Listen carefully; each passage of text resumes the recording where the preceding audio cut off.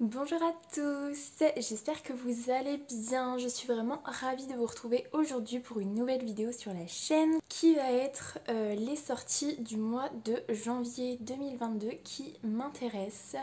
Je vous avoue que c'était pas du tout la vidéo que je comptais filmer pour aujourd'hui, mais j'ai pas trop d'autres choix en fait. Update lecture c'est totalement impossible. Unboxing, je suis malheureuse mais ce n'est pas possible tant que je n'ai pas reçu ma box par définition et visiblement je ne suis pas prête de la recevoir. Bref. Donc je me dis aujourd'hui, normalement si je réfléchis bien, on est le 30 décembre, donc pas tellement en avance en fait sur les sorties du mois de janvier. Donc voilà, et on va commencer tout de suite. Alors, le 1er janvier, on a la sortie des briseurs de fer, donc c'est l'intégrale de Zaya Feli. Et donc ça sort aux éditions Teen Spirit. Franchement, c'est des éditions que je ne connais pas.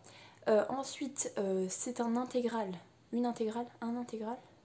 Bref, c'est l'intégrale qui sort, donc je suppose que ça c'est déjà sorti en fait, mais honnêtement, c'est une saga que je ne connaissais pas du tout.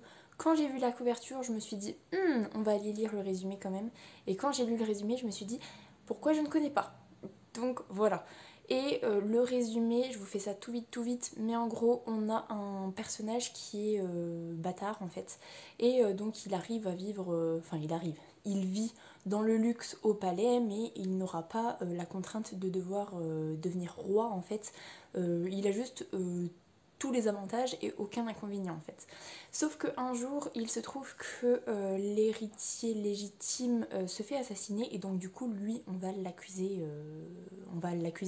tout simplement.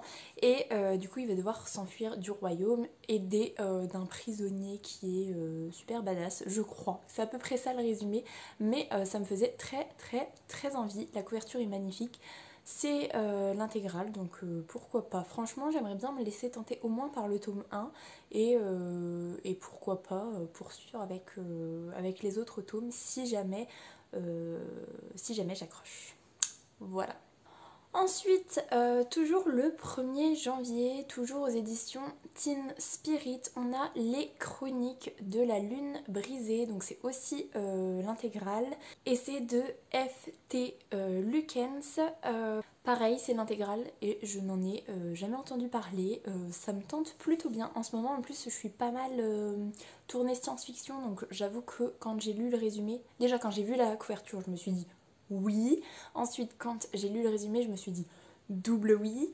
En gros, on va suivre un garçon qui, depuis toute son enfance, en fait, sa mère lui raconte des histoires sur des êtres mythologiques, en fait, qui auraient eu des pouvoirs via les astres, en fait.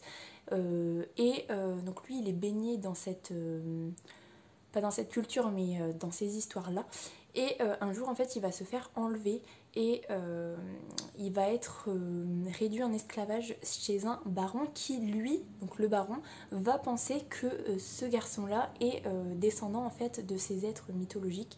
Donc, soi-disant, il aurait ces pouvoirs-là par rapport aux étoiles, tout ça. Franchement, j'en avais pas besoin de plus parce que réduit en esclavage, on sent qu'il va souffrir. De la science-fiction et des pouvoirs un petit peu particuliers qui font écho un petit peu aussi tonique dans Skyward de Brandon Sanderson. Je suis dedans, c'est pour ça que voilà, ça a fait écho en moi. Franchement, il m'en fallait pas plus, donc voilà. Pareil, je pense que je me pencherai pas sur l'intégrale, mais j'irai peut-être voir le tome 1 et si jamais j'accroche, et ben pourquoi pas, pareil, continuer totalement dans cette lignée. Ensuite, le 5 janvier, on a le tome 3 des voleurs de fumée, donc c'est à feu et à sang de Sally Green. Alors celui-là, je l'ai mis non pas parce que j'ai adoré le tome 1 et le tome 2, le tome 1 est toujours dans ma pile à lire, il attend.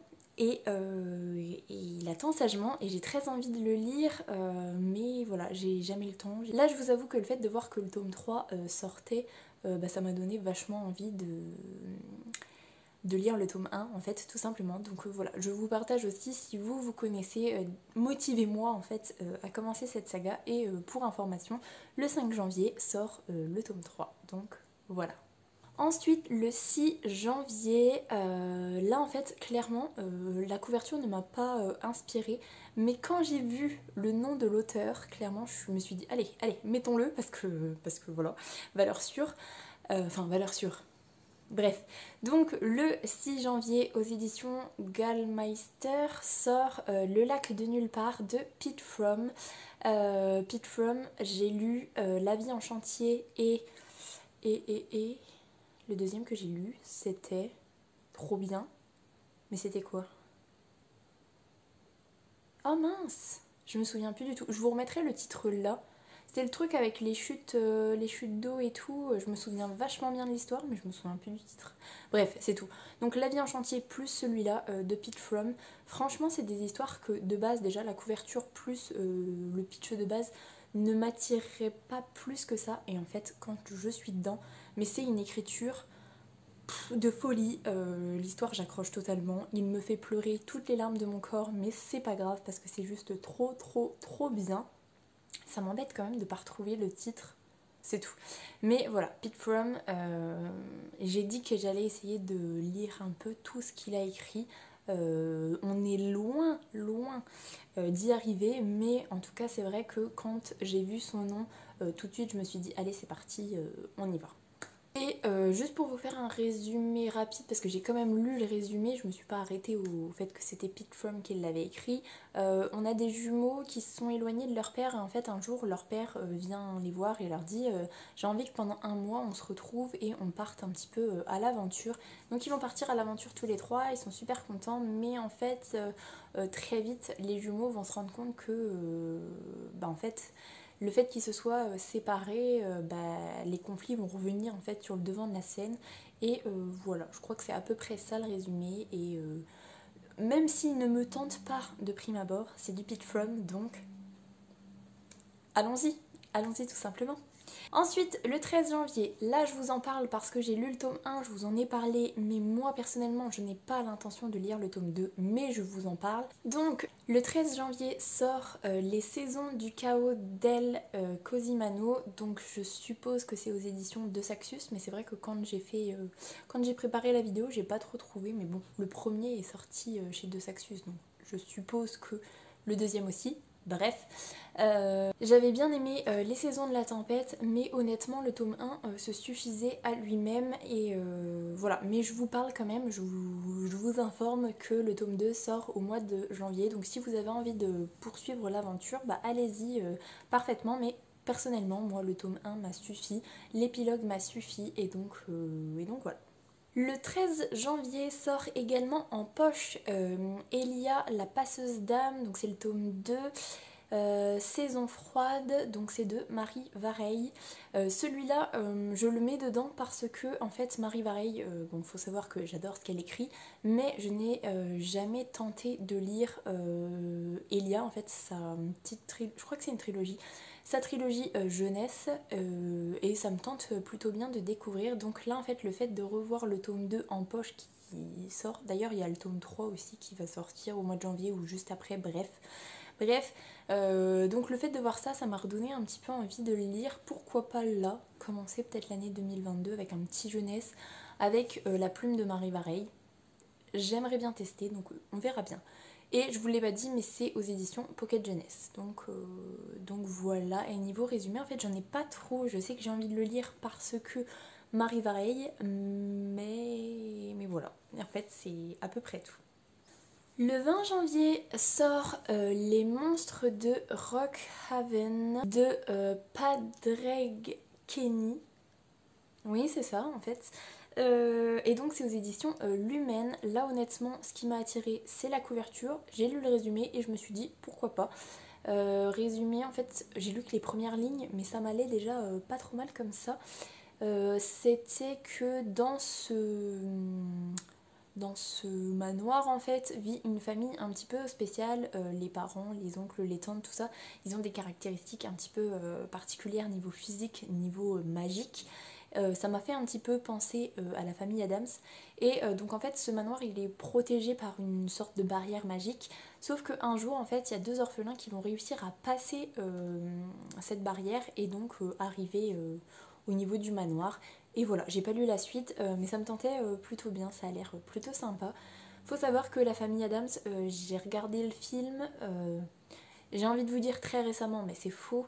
Mais récemment par rapport à mon temps de vie, vu que j'ai 28 ans et j'ai dû le regarder, je devais avoir, je sais pas, 24 ans, un truc dans le genre. Mais voilà, la famille Addams c'est super connu, mais moi je l'ai regardé très tard. Mais voilà, ça a fait un petit écho et c'est vrai que pourquoi pas. Le 20 janvier sort Anne de Windy Willows de Lucy Maud Montgomery, donc c'est le tome 4 de la réédition en fait, et c'est aux éditions Monsieur Toussaint l'ouverture je crois, parce que c'est pareil, là j'ai eu un petit doute quand j'ai fait mes recherches. Il faut savoir que premièrement je ne vous ferai pas de résumé pour ce livre là puisque je ne les ai jamais lus. J'ai appris récemment que c'était visiblement une réédition de livres qui sont sortis il y a très longtemps. Je sais qu'il y a la série Netflix. La série Netflix me tente plutôt, mais j'aimerais bien lire les livres avant puisque tout le monde en parle, tout le monde adore, tout le monde trouve ça génial. Et c'est vrai que ces éditions-là, elles sont particulièrement belles. Je vous avoue que j'ai acheté le tome 1, enfin j'ai offert le tome 1 à ma cousine pour Noël qui était, soit dit en passant, très contente de le récupérer. Et c'est vrai que le fait de l'acheter pour elle, ça m'a donné envie en fait de me lancer dedans. Donc voilà, on va dire que c'est plutôt du classique entre guillemets.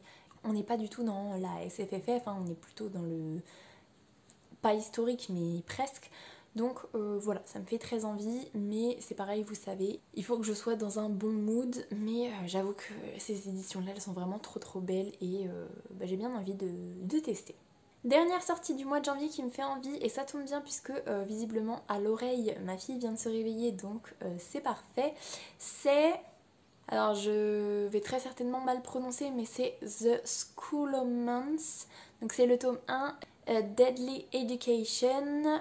Ça sort le 26 janvier et en fait c'est de Naomi Novik. Quand j'ai vu Naomi Novik, c'est un petit peu comme pour Pete Fromm, je suis partie directement dessus parce que Naomi Novik, j'ai une passion pour ce qu'elle écrit, j'en ai lu que 2 d'elle. J'ai lu Déracinée et j'ai lu La fileuse d'argent, mais c'était des coups de cœur absolus à chaque fois, donc là évidemment je me précipite dessus. Le résumé avait l'air sympa, en gros c'est une école de magie pour surdoués et en fait c'est une école qui est mortelle visiblement, et je me suis arrêtée là dans le résumé parce que de toute façon en fait Naomi Novik me suffisait totalement pour avoir envie de le lire, donc voilà. Et pareil, les éditions j'ai eu du mal à trouver, mais ça devrait sortir aux éditions Del Rey, mais pas sûr. Mais en tout cas, bref, il sort le 26 janvier, donc voilà. Franchement, je dis pas que Naomi Novik c'est une valeur sûre, mais pour l'instant, je suis conquise totalement. Donc voilà, et voilà pour les sorties du mois de janvier. Donc ça fait quand même 9 sorties qui m'intéressent, dont 8 que j'ai vraiment envie de lire, et la dernière c'est juste à titre indicatif.